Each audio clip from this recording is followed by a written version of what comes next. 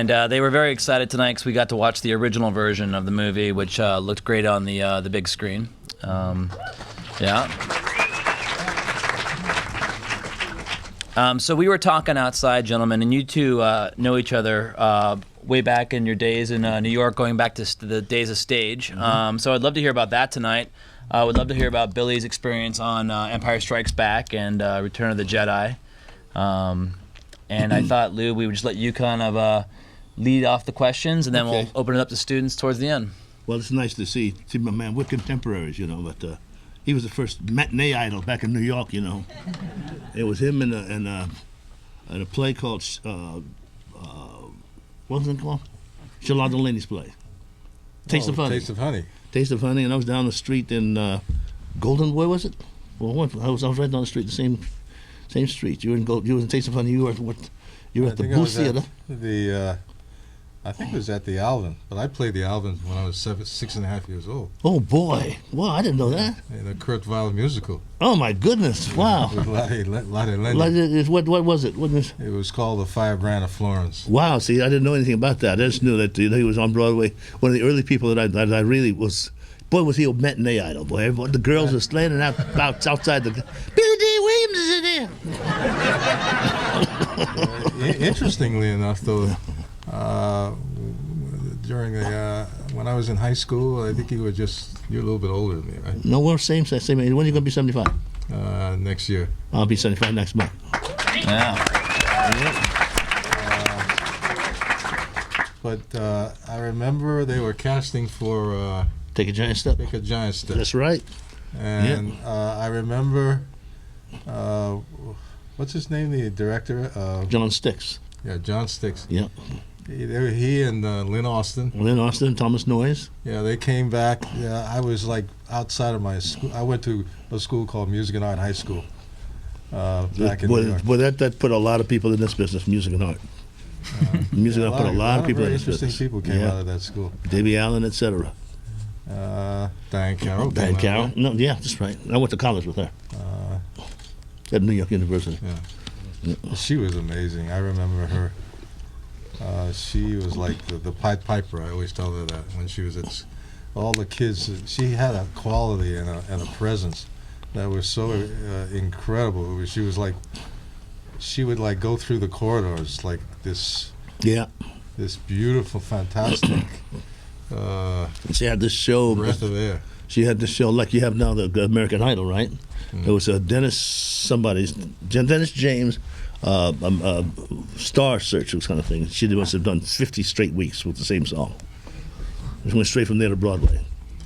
Yeah, she went to House of Flowers. House of Flowers, yeah. Yeah, that's where she got her recognition. But anyway, I remember I had auditioned for Take a Giant Step. For Take a Giant Step. I was bumming a cigarette around the school at that time. I was outside. And John Sticks and Lynn Austin walked up to me. They approached me about. They thought I had an interesting quality, so they decided to have me come and acting to me was kind of I didn't really take it very serious at that time. But I remember John stayed with me. He worked with me, and. But it didn't work out. But you ended up doing the role. Yeah, that's how I started. I was still in high school. This we're talking about in 1953. Now another interesting story is that he originally was chosen to do Brian's song. Oh, that's right. And he was playing basketball. Playing basketball with Bernie Casey and the guys. Yeah, and you busted your there it is. There it is. Busted my Achilles tendon. Yeah. He should have played the part anyway. That was God saying, "Get off the court." But so I ended up doing the role. But it kind of reminds me of that story about. It's interesting how things happen. Yeah. I used to play ball with Jimmy Kahn all the time. You know? And he tried to get out there and play ball with those with the team. With the, Oh, did he? Oh man! Oh, I thought he thought better of it after the first 10 minutes. They almost killed him. I would imagine. Yeah, I told him. Gail said, "Oh man." I was just there to act. I Yeah. wasn't there to, to try to compete with those guys because they're all trained to hurt you very Tell me badly. about it. I tried the same thing in basketball. Lenny Wilkinson, you need to go back to Broadway. You were a pretty good basketball player, though. Yeah, I was drafted to the Knicks, but I was also rehearsing and Raising in the Sun. I was just curious. In order to be professional, anything, you got to devote your life to it, So I devoted my life to theater, and I played basketball in the summer tournament, right? They said, come on up to the Catskills. I went to the Catskills, and if you didn't get a job in the Knicks, you had to drive a cab. It's not like it is today. There was fist fighting and stuff, and I had more money in my pocket than they had in the bank. Your father knew my father, I think. Did they? Yeah. They knew each other, I think. From Coney Island? Yeah, from Brooklyn. Yeah. Brother. We got more ties than. Tell me about it, brother. Than what's natural. That's right. I'm trying to say here. Yeah. But I want to talk about him for a while, okay? This man is amazing. He was born amazing. He's got such talent, and you think of him on the screen, but he got his scholarships for his art. He's one of those Renaissance kind of people, and I've watched him grow. As a young man, I've watched him, and his history, as far as motion pictures are concerned. When you talk about Bingo Long, then you talk about him and Diana Ross. There's something about this man who he was put in a place where he was really way ahead of the curve. He succeeded in movies way ahead of anybody else. He kind of just eased in there, but there he was, him and James Earl Jones and Richard Pryor and Diana, and without Diana, and Bingo. And so, just look at his resume and his repertoire, and he kind of snuck up in there. It's amazing what he did and when he did it. It's amazing. All you have to do is go through life as a walking absurdity, and all kinds of wonderful things. It's amazing, can happen to you. Can't let that guy slip through your history. He's way ahead of the curve, way ahead of the curve. So it's an honor to be here to talk to you. Yeah, it really is. What do you want? About $1 million. Well, I appreciate that. No. Thank you. It's an honor to be here to talk to you. All right, man. You got an Academy Award. I did. Yes, I did. Yeah. A couple of Emmys and a Golden Globe, and it's up on the shelf, and I'm looking at what's next. I got a nomination. Yeah, well, I would have voted for you, brother. But it's a nice thing to be here for you guys. Some of you guys I've seen before, and you guys are trying. I don't know if you know that your brass is wooing me to come in here and teach something. So I'm going to figure out what that's going to be. So I'll be here. Yeah. I'm sure there's support for that. Yeah. I have to figure something out. You never know if we've done something so long, for so long. It's and you watch how the new guys come up and they're so good. What's next? So maybe the next is to pass something on and see if I can help create you future Academy Award winning people. I might have some work for you. So let's see. It's going to be hard, but I have some ideas. We'll talk. But what are you doing now, Bill? I'm sitting here and talking to you. I know that part. I'm talking to all of these lovely people. Yeah. What am I doing? What do you think about at this time? And you look back and I'm thinking about how hungry I am. Me too, man. Yeah. Let's go to Matsuhisa. I don't know. It's very interesting when you sort of go through this what I call this veil of tears, this barren sod, and that's sort of quoting from Langston Hughes. Yeah. You're the whole idea, I guess, is to continue to be interested. I think when you're interested, it seems to me that you always remain an interesting person, and so I feel like I just feel like a student. I'm going to be a student for the rest of my life. Me too. And I'm always looking to break new ground. I've always been a kind of a person that never wanted to get kind of locked into a kind of a myopic.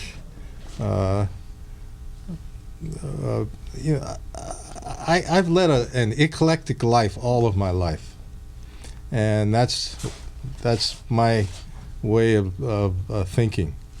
So that the whole idea of being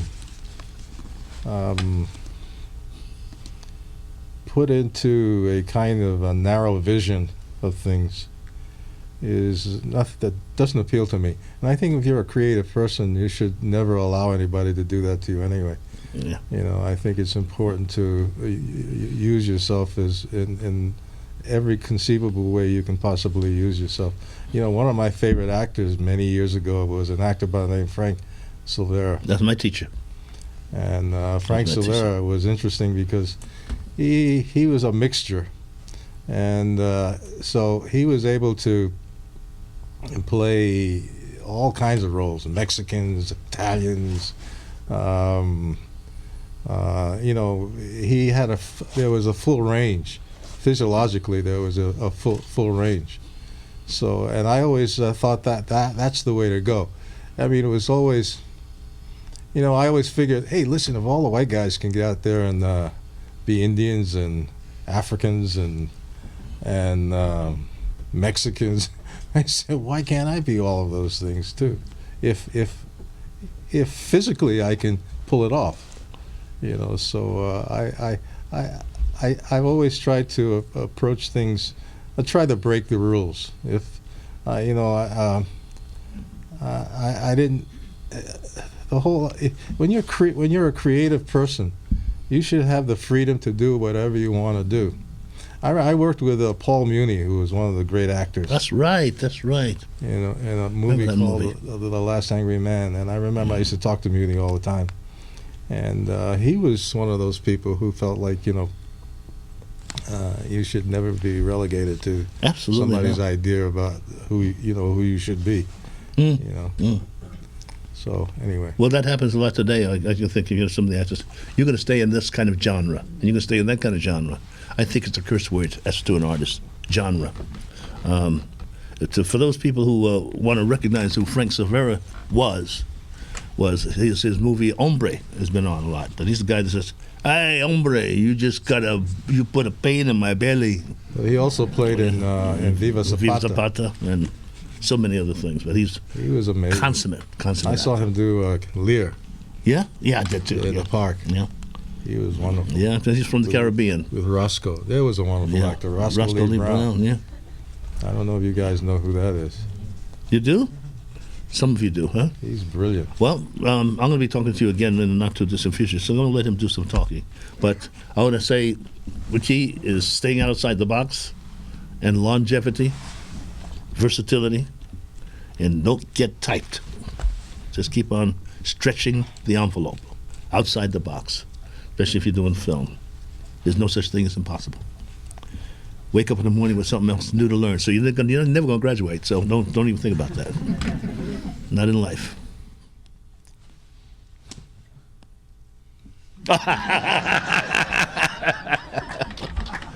Yeah, that was good. Yeah, I like that. Let's do it. Take two.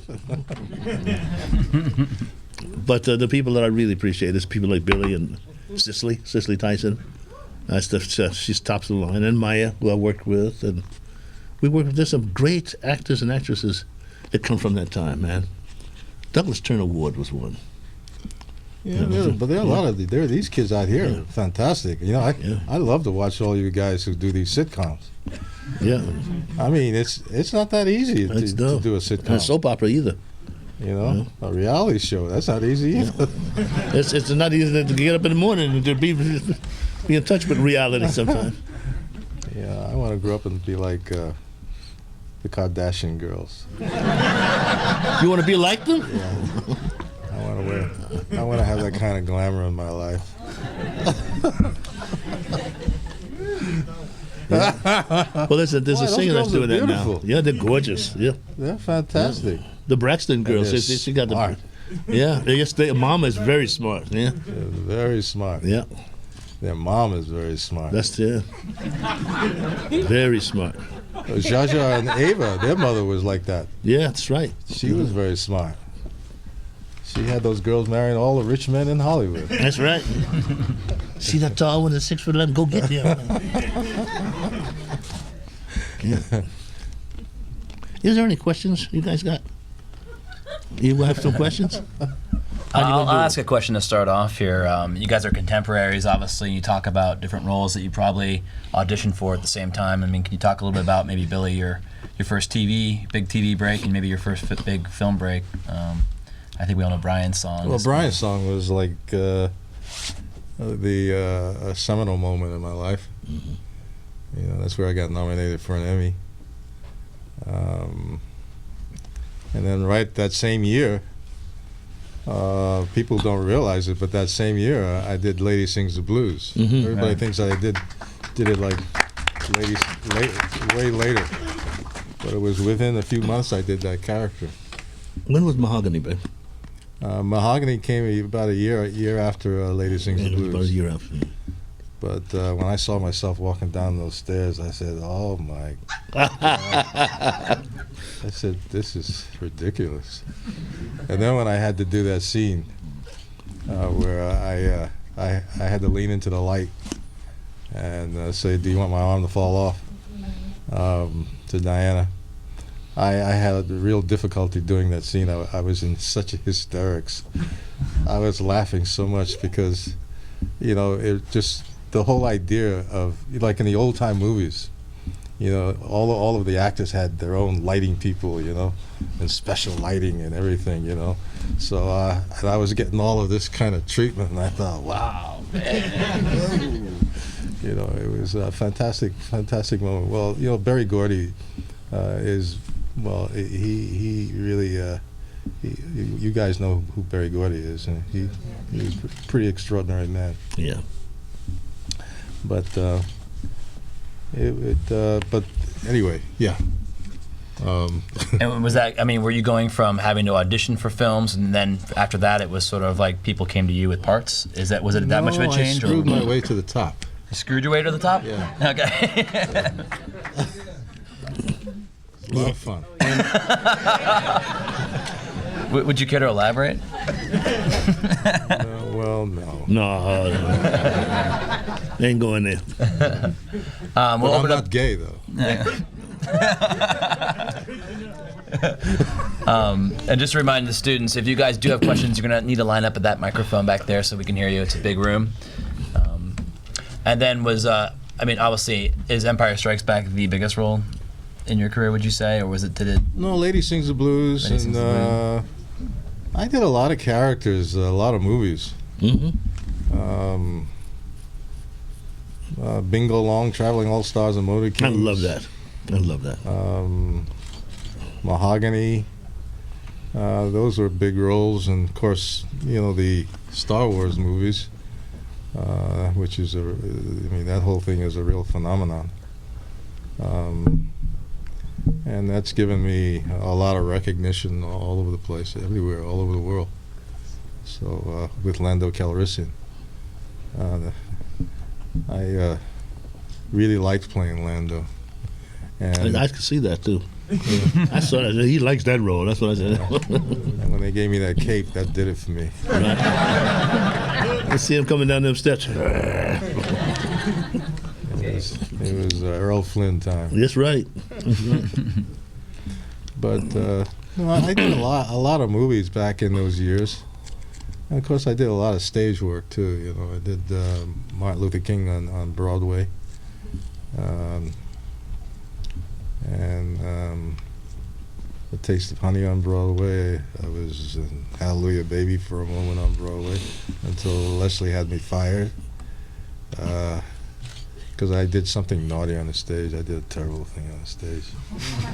She used to mess with me so much that right in the middle of the scene, I whispered something really foul and dirty in her ear. And she stopped everything and said, "I'm going to tell my husband." Oh. The next thing I knew, I was fired. mean, we have to ask. What did you say? Never mind. Never mind. All right. That's what he said. He said, never Let me put it mind. the way, it was wonderful. It was wonderful. It was a wonderful fantasy. Well, we have a few students here queued up to ask you guys a few questions.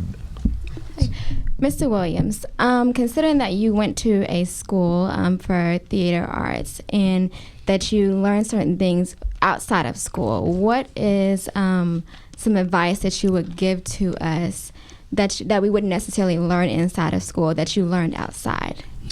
Well, I think, the first thing is something that you learn, I think, when you're in school. And I think about the five senses. The seeing, tasting, smelling, hearing, touching. Don't fog that. Don't keep that clear. Keep that lucid. Keep yourself in a place where, because much of one's experience is based on acute awareness. And also cute people too, but acute awareness. I think the whole idea of subtlety, nuance, is something that one should always think about, because I think it's like, even with my paintings, that's the idea that I use in my painting as well as my acting, and that is in order to draw people in, to make people pay attention. It's the little tiny things that you do that engage people. So I think that kind of, staying open in that sense is very important. I think, just living life and trying to understand as much about life as you possibly can. Without losing it, without getting in too much trouble. Lots of times people go too far and they get caught up in a lot of craziness, and so and they lose sight of the goal that they started out with. But I don't know, just clarity. I think clarity is very important, and stay away from bad boys. Okay, thank you. No, bad boys are okay. But watch out for bad boys. Yeah. Go ahead. Okay, hi, Mr. Williams. My name is Sam. I think a lot of us are here because of your part of Lando, and you were awesome, of course. We all believe it. I was just curious to hear more about how precisely you got that part. Did you work with, did you hear from George Lucas or other people like that? And to hear more in detail about the process of making Star Wars. Well, I was a hot actor. They asked me to do. No, what happened was that when I was Herb Kirshner, they asked me to play the role. And Herb Kirshner came to my house and we sat down and we talked. For a long time. He was pretty much involved with Buddhism and Eastern philosophy, and I had been pretty much involved with it. So we had a nice chat about all European Western philosophy, Eastern philosophy, and we really got along really great. And I had a tremendous regard and tremendous respect for that man. But that's how I ended up doing that character. That was actually the second time I ever got a role. I think it was the first time I ever got a role where I just sat and talked with the director was The Last Angry Man. And it's great when you don't have to audition, because I hate auditioning. Me too. Me too. I'm very bad at it. Me too. Duh. Because some actors, I guess, like Gene Bolan. I remember. Oh, Gene wow, Bolan. Gene Bolan. And Gene was one of those actors that was great with reading, but when he had to play the character and really get inside the character, he just couldn't do it. A great reader, and you get up there and never changed. Reading. Very nice guy. stay away from me. You be careful. But you know, for me, I guess from a I work from a pretty very visceral place, so I like to get inside of a character, and I always let people know, listen, if you want a good character, I'll give you a good character. You don't need to do all this other stuff. Just hire me.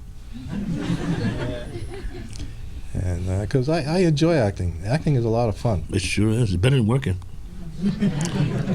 No, he's only kidding. It's a lot of work, obviously, and it's a challenge.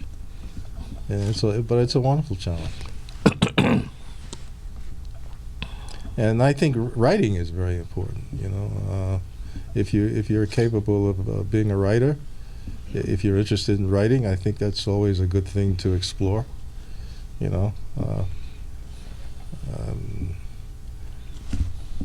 If you want to make movies, directing, make films, I think editing is very important. I think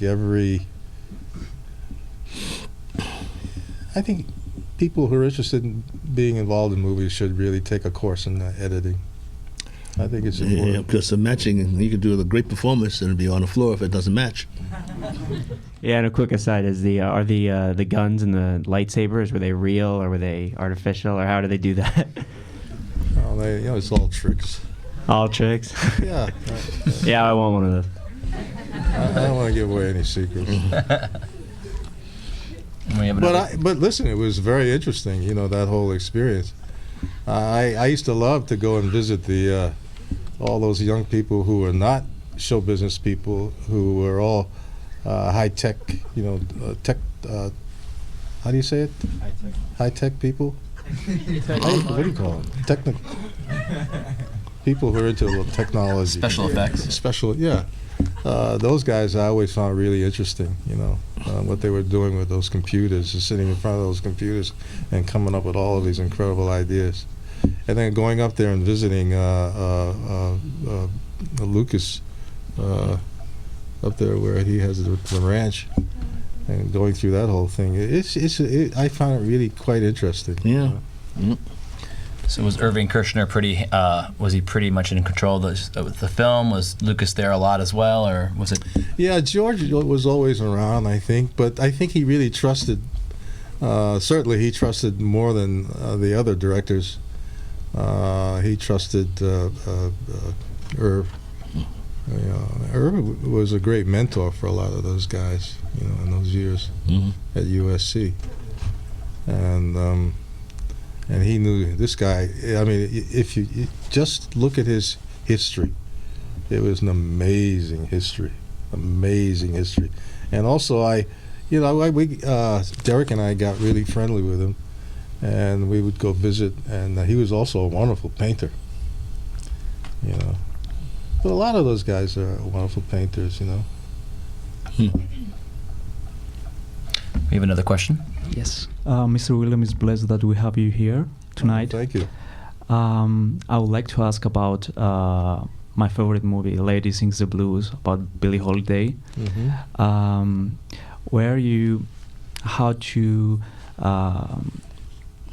What research you made for this character? Did you base your acting from the book or from the real effect from the for Louis McKay. Yeah. Well, there was a Louis McKay. Yeah. And he was a ridiculous human being. Yeah, that's what I read. And he loved my characterization. I mean, I did him a lot of justice, really. But that character. I grew up with that character. Those guys back when I grew up in Harlem, and a lot of those very smooth, cool guys.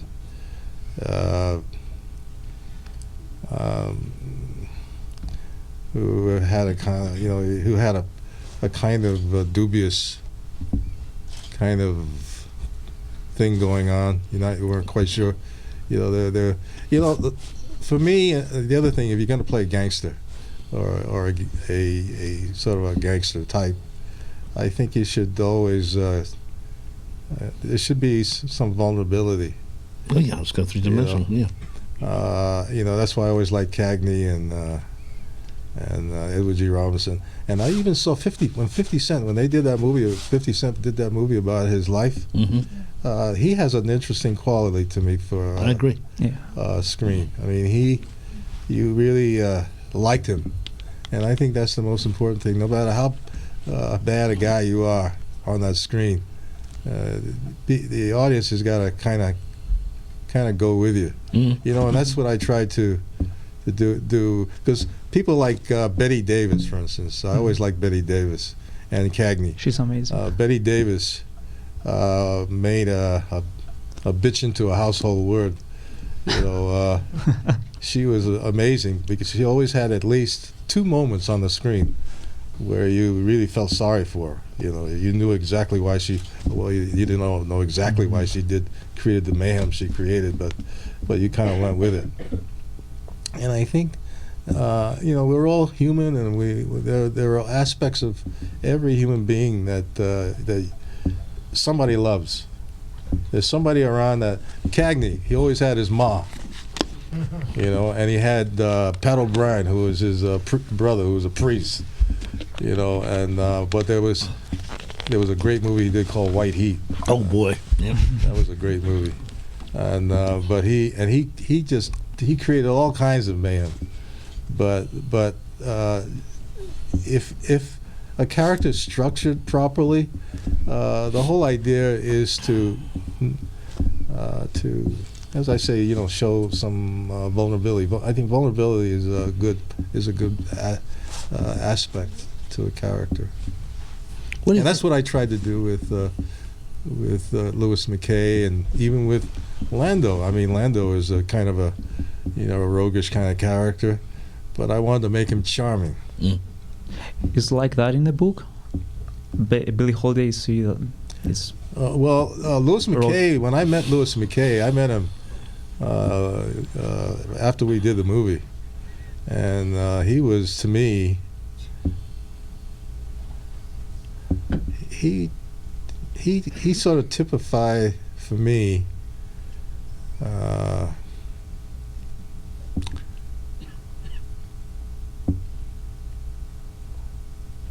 don't know. He wasn't. I didn't like him. I didn't really care for him. I thought he was a real user. Yeah. A real hustler. And not a nice person. Would your performance would have been different had you met him before you shot the movie? Probably not. Probably would. Yeah, you'd have to make that decision to make him a little No, more. I made a decision. When I do a character, I always make a decision. I don't know. I'm always looking to show my own unique point of view. And I'm somehow fascinated with that idea.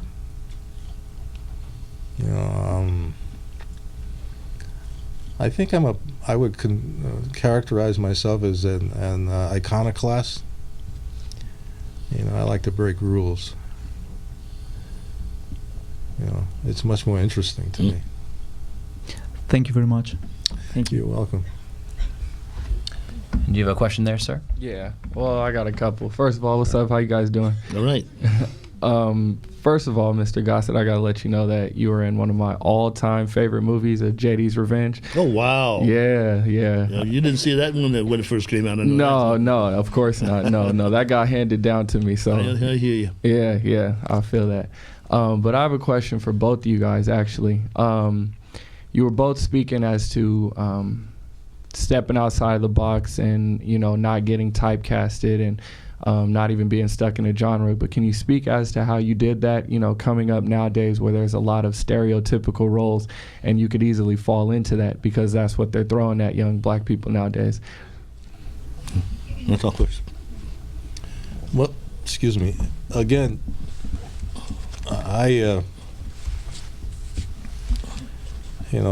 try to approach things pretty much Unless, you know, I mean, there are certain things that you need to do in order to convey an idea or a character. Like Driving Miss Daisy, I think that character has a certain, you know, has a certain quality, especially in those years. Then you have to go with it. But at the same time, I think, you know, you still sort of give it. You try to make it bigger than life. You try to, at least I try to do that. I try to make my characters bigger than life. I give some theater to my characters, you know, which takes me away from just well,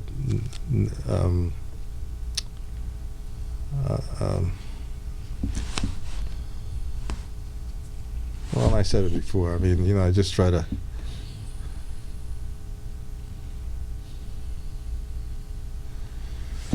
It's tough. It's tough when you're, you know, when people see you in a certain way, and they continue to see you in a certain way.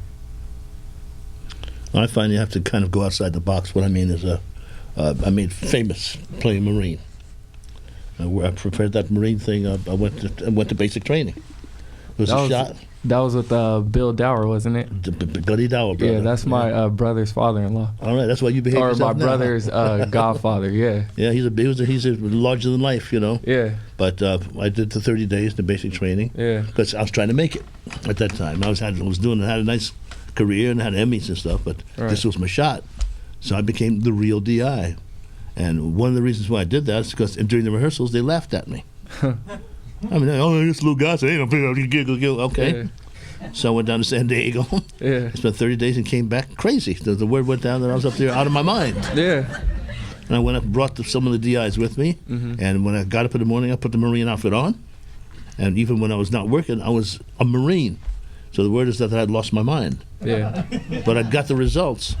And then, of course, a lot of stuff started happening. I got a commercial as a Marine, and then they offered me some other things, and I didn't want to play them. Mm-hmm. And then I did take the wonderful thing in Iron Eagle.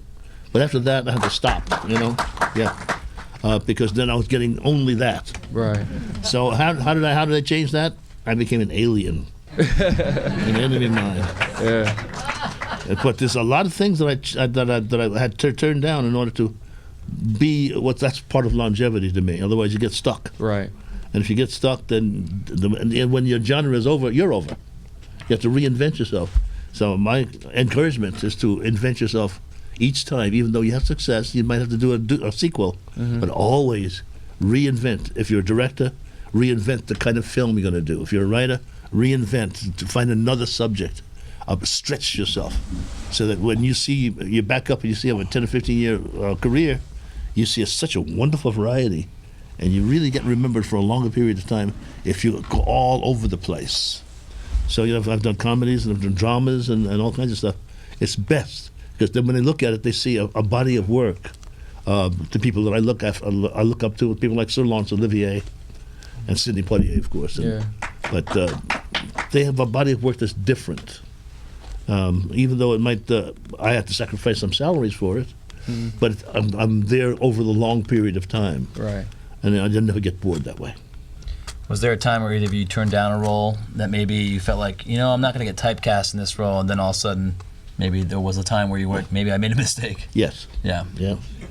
The Howard Rollins role in Soldier Story. Mm-hmm. That was one miracle. Me and my manager agreed, no more military roles. But I guess I shouldn't have played it in the first place. How about for you, Billy? Were there any roles you turned down that you thought I should have taken in hindsight? Well, I got caught up in the whole romantic thing, you know, so that was always a lot of fun for me. I got a lot of girls.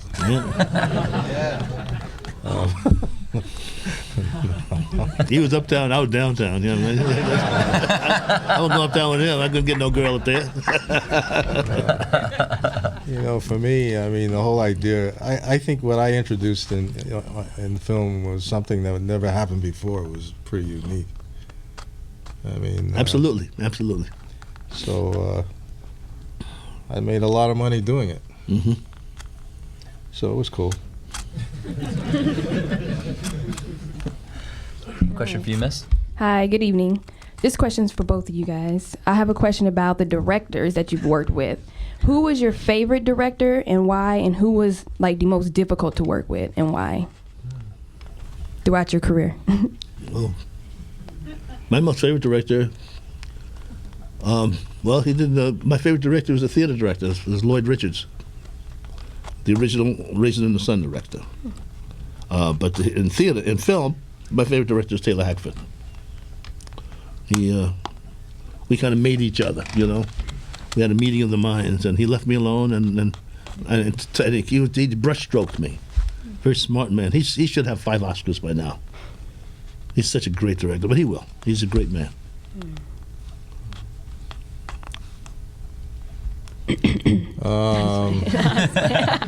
Was there a favorite director you had, Billy, for a film that you worked with? If there was one that stood out to you? Well, certainly Buzz Kulick in Brian's Song. Yeah. He was a wonderful man. Yeah, he was. But most of the people I've worked with have been a lot of fun. Yeah. Working with Berry Gordy, when he took over the directorial chores of Lady Sings the Blues, and I was trying to convince him, and John Alonzo and Sidney Fury. Sidney Fury, yeah. That I had this. I was a New York actor, and I knew what the hell I was doing. Right. Sidney Fury did the Iron Eagle. And I remember it was very good. They were having a discussion about what they wanted to do with the scene, So I decided to put my 2 cents in there. And they looked at it was this long pause. They all 3 looked at me like, I said what they said. And then Barry took me to the side. He says, Billy, I just want to tell you something. This is my money. And I said, okay. And I left that one alone. So much for the New York actor and the New York actor. Hey, what's going on, bro?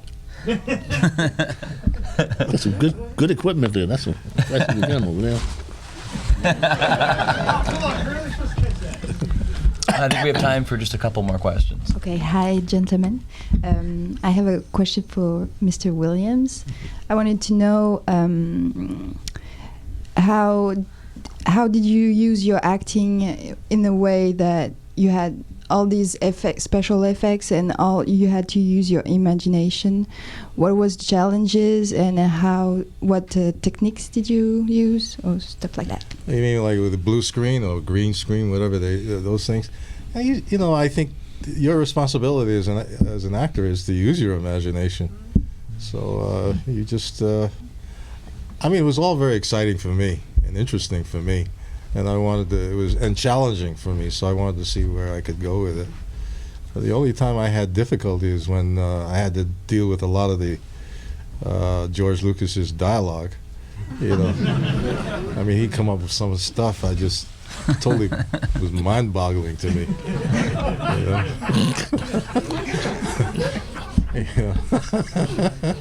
It's not funny.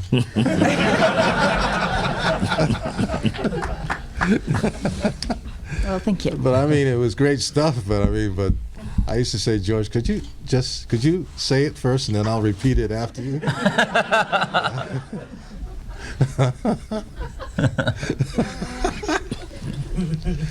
But I had a lot of fun. Hi, good evening. I just want to ask, have you ever come across a role that made you uncomfortable and you still went forth with it because you want to take on the challenge to do it, or have you just backed away from it completely? Who, me? Like any role, both of you. Yeah. Enemy Mine. That was really uncomfortable. At the beginning it was 8 hours of makeup. Everybody turned it down because you couldn't see your face. So I had the challenge of going through that, and I'll never put prosthetics over my eyelids again. Don't ever do that. It's a killer. And then I got bad eyes, and it was 8 hours for the first 3 or 4 weeks. And I had this rash that was coming on after about the third week, and I said, maybe you better go get a doctor to get me some salve, some ointment, because it's going to be 6 months of this. But you know where that volcano came out in Iceland that stopped all the flight? That's where we start shooting, in Iceland. And there's no skin doctors in Iceland. And so they went to call to Reykjavik, and they called this young lady who was a physical therapist, and she had a little tube of stuff, and they didn't tell her anything. So if you remember what I looked like at Enemy Mine, looked like a lizard from head to toe, and the lizard eyes, and she's sitting there with a little purse and some medicine. I came up and said, "Hi, I'm the one with the skin problem." They had to catch her. Good. But there was it went down to about 5 hours a day. But now I understand why people turned it down. But I'm so crazy. I'm like Lon Chaney Sr. I mean, when you get involved, you can't say give up. I couldn't have given up. I went blind for 10 days. I bled from the nose and the eyes. It was over a 6-month period. But I had to do that part. And I would do it again.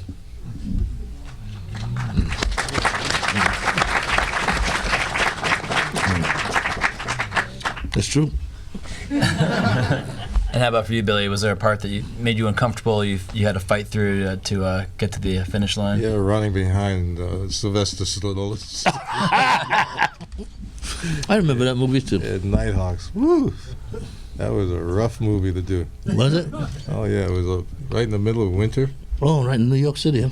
In New York City, and I had seen the subway system in a way that I thought I would never see the subway. Wow. I stopped doing the subway system in 1966. I understand. And after a little old lady pushed me out of the way, I was about to give her a seat, and she pushed me out of the way, and I said, "I can't deal with this anymore." That was Rucker Howard, wasn't it?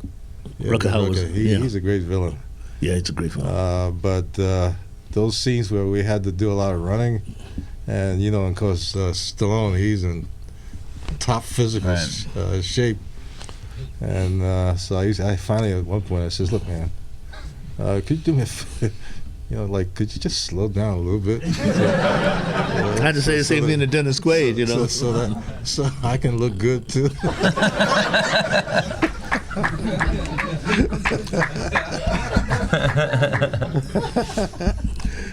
Yeah, that was rough. Yeah. Dennis Quaid looked at those false three-toed feet in Enemy Mine. So I got this guy. When I see Denzel and who's the kid that likes to smile a lot? That pretty kid. Tom Cruise.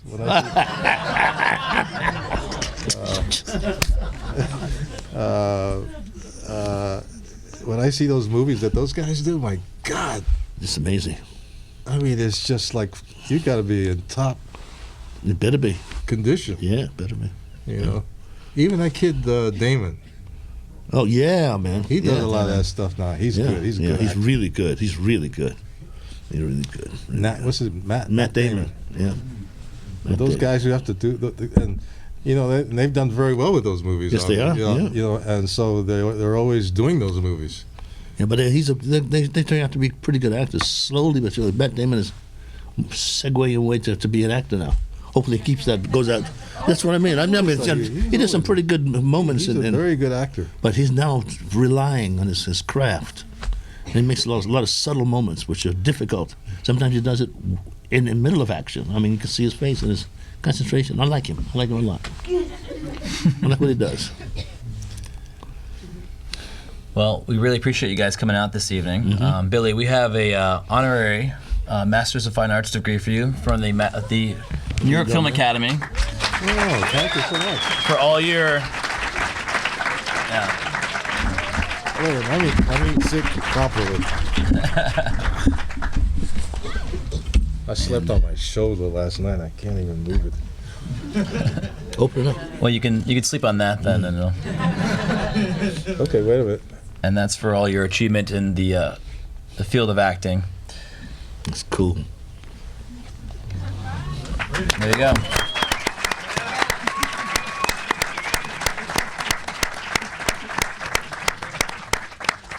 Yeah, I'll do what Nadal does.